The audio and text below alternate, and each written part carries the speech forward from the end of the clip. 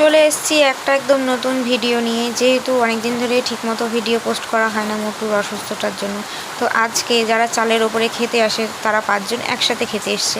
তো ওদের ভিডিওটাই আপনাদের দেখাচ্ছি। দেখুন, যেহেতু বাড়িতে মাছ মাংস নেই, ক্যাট ফুড দিয়ে ভাত দিচ্ছি, কিছু করার নেই। আমার অত সামর্থ্য নেই যে প্রতিদিন মাছ মাংস এনে খাওয়াবো। এই দেখুন 5 জন একসাথে খাচ্ছে। আর আমার বেড়াল না হওয়া সত্ত্বেও এদের যদি একটা ঘাও হয় তবু আমি ভীষণ চিন্তিত হই এবং যতটা পারি ওদের ট্রিটমেন্ট করার চেষ্টা করি। যেমন আগে দেখেছেন সাজি গিনিদের সহ 4 জনের স্কিন ইনফেকশনের টোটাল ট্রিটমেন্ট করিয়েছিলাম, 5 জনের সরি। এবার দেখুন আমার বাড়ির লোকও এদের যদি কিছু হয় তখন বলে যে একটু কর রে।